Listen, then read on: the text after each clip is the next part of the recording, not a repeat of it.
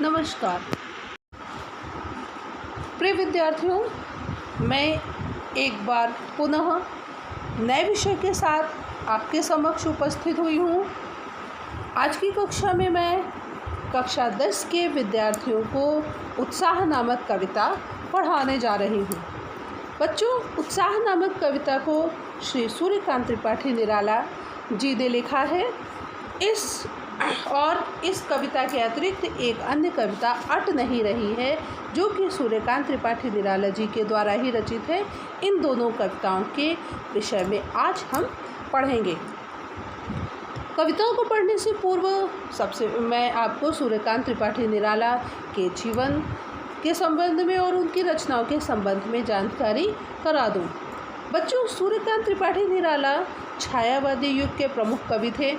छायावादी युग के प्रमुख कवियों के अंतर्गत महादेवी वर्मा, सूर्यकांत त्रिपाठी निराला, सुमित्रा नंदन पंत और जयशंकर प्रसाद आदि 4 स्तंभ कवियों के नाम उल्लेखनीय हैं। सूर्यकांत त्रिपाठी निराला का जन्म बंगाल के महिषादल में सन 1899 में हुआ। वे मूलतः गढ़ाकोला, जिला उन्नाव, उत्तर प्रदेश के निवासी थे। निराला की औपचारिक शिक्षा 9वीं कक्षा तक महिषादल में ही हुई। उन्होंने स्वयं अध्ययन करके हिंदी भाषा के अतिरिक्त संस्कृत, बांग्ला और अंग्रेजी भाषाओं में भी अच्छा ज्ञान अर्जित कर लिया। वे संगीत और दर्शन शास्त्र के भी गहरे अध्येता थे।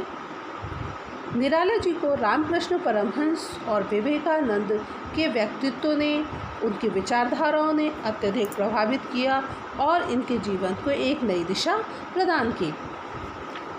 यूँ तो निराला का पारिवारिक जीवन दुखों और संघर्षों से भरा था, लेकिन उनके आत्मीयजनों के असामयिक निधन ने उन्हें अत्यंत दुखी किया और उनके मन को झकझोर कर रख दिया। साहित्यिक मोर्चे पर भी उन्होंने लगातार संघर्ष किया। सन 1961 में उनका देहांत हो गया। अपने जीवन काल में निराला जी ने साहित्य के क्षेत्र में अभूतपूर्व योगदान दिया और उन्होंने कई प्रमुख काव्य रचनाएं लिखी, जिनमें अनामिका, परिमल, गीतिका, कुकुरमुत्ता और नैपत्य आदि हैं। काव्य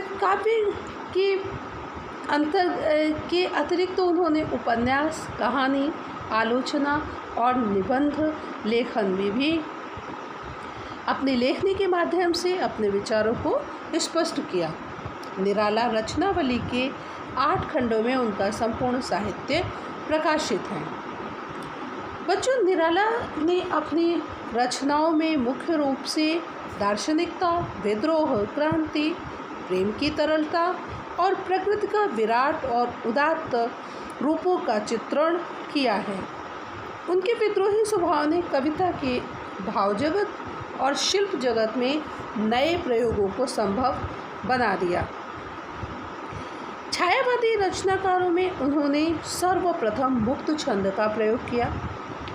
अपने काव्य में निराला जी ने शोषित, उपेक्षित, पीड़ित और प्रताड़ित जन के प्रति उनकी कविता में एक और गहरी सहानुभूति का भाव स्पष्ट रूप से मिलता है, वहीं दूसरी ओर शोषक वर्ग और सत्ता के प्रति प्रचंड विद्रोह का भाव भी प्रकट होता है।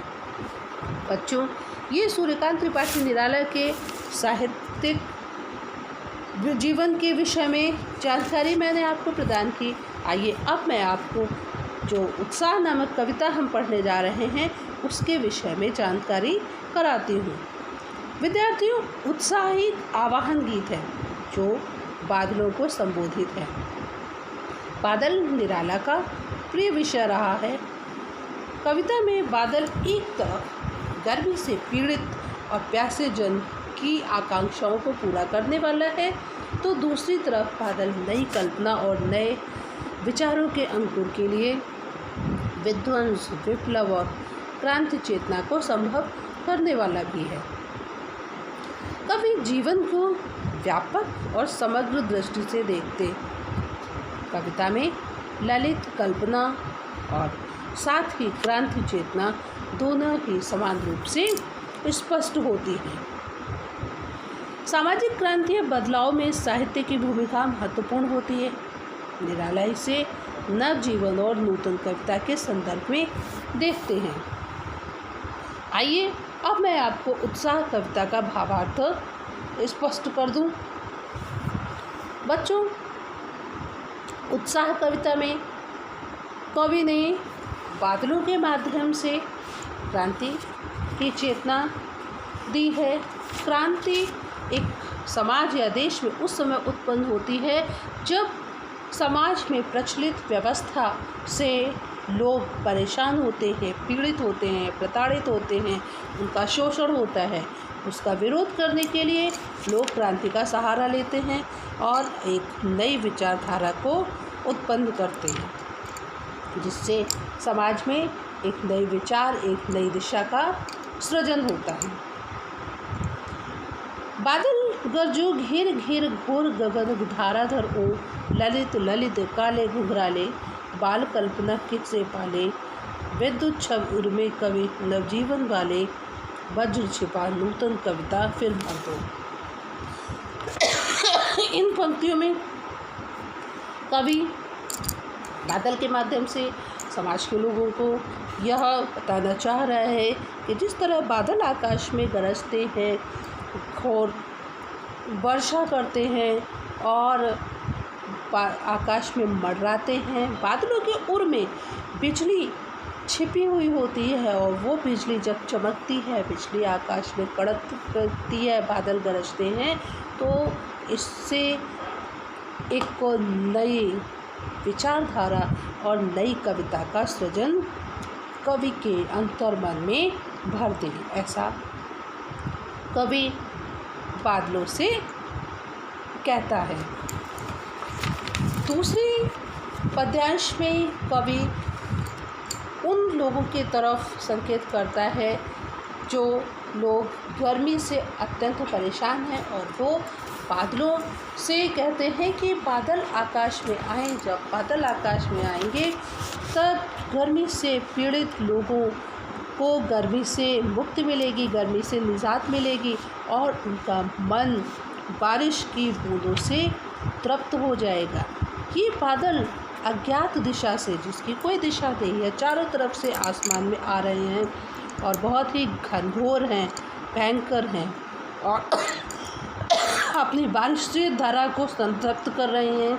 यही बादलों अपने जल से नव लोगों के जीवन को, लोगों के मन को संतृप्त कर दो, शीतल कर दो। हे बादल, अब तुम गरजो। बच्चों, अब मैं आपको सूर्यकांत त्रिपाठी निराला जी द्वारा रचित दूसरी कविता अट नहीं रही है को पढ़ाने जा रही हूँ। आइए इस कविता के विषय में मैं आपको संक्षिप्त जानकारी करा दूँ। अट नहीं रही है कविता में फागुन माह की सौंदर्य और फागुन की मादकता को प्रकट किया गया है। कवि फागुन को सर्वव्यापक सुंदरता को अनेक संदर्भों में देखते हैं। जब मन प्रसन्न होता है तो हर तरफ फागुन का ही सौंदर्य और उल्लास दिखाई पड़ता है। कवि ने इस कविता में सुंदर शब्दों के चयन और लय ने कविता को भी फागुन की ही तरह अत्यंत सुंदर और ललित बना दिया है। आइए शुरू करते हैं इस कविता को। अट नहीं रही है आभा फागुन की, तन सट नहीं रही है। कहीं सांस लेते हो, घर घर भर देते हो, उड़ने को नभ में तुम पर पर कर देते हो। आँख हटाता हूँ तो हट नहीं रही है। पत्तों से लदी डाल कहीं हरी कहीं लाल, कहीं पड़ी है उड़ में मंद गंध पुष्पमाल, पाट पाट शोभाश्री पट नहीं रही है। बच्चों, इस कविता में सूर्यकांत त्रिपाठी निराला जी ने फागुन महीने में प्राकृतिक सौंदर्य का बहुत ही सुंदर वर्णन किया है।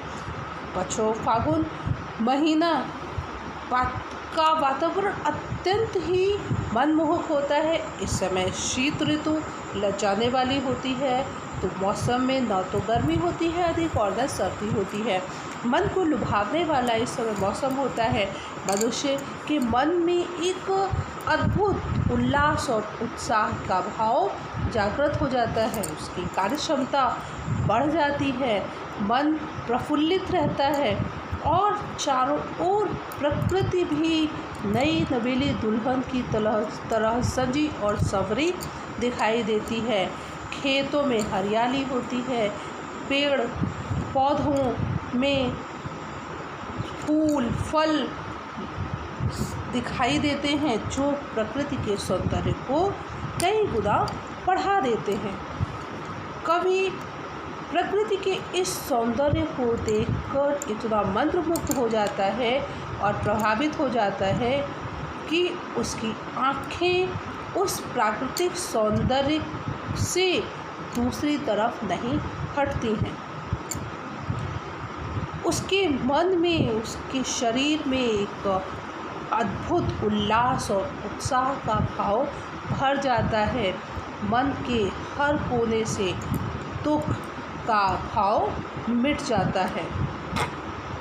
चारों तरफ प्रकृति में आनंद ही आनंद भर जाता है। मन ऐसे प्रफुल्लित होता है जैसे आकाश में उड़ता हुआ पक्षी उन्मुक्त होकर के उड़ान भरता है। उसी तरह मनुष्य का मन भी फागुन के महीने में फागुन के सौंदर्य से, फागुन की मादकता से इतना उल्लसित हो जाता है कि वह भी हर अपने चारों तरफ एक अद्भुत आनंद की अनुभूति करता है।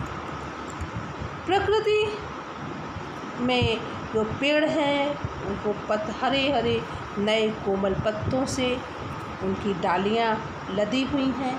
कहीं पत्ते हरे हैं तो कहीं कहीं लाल हैं।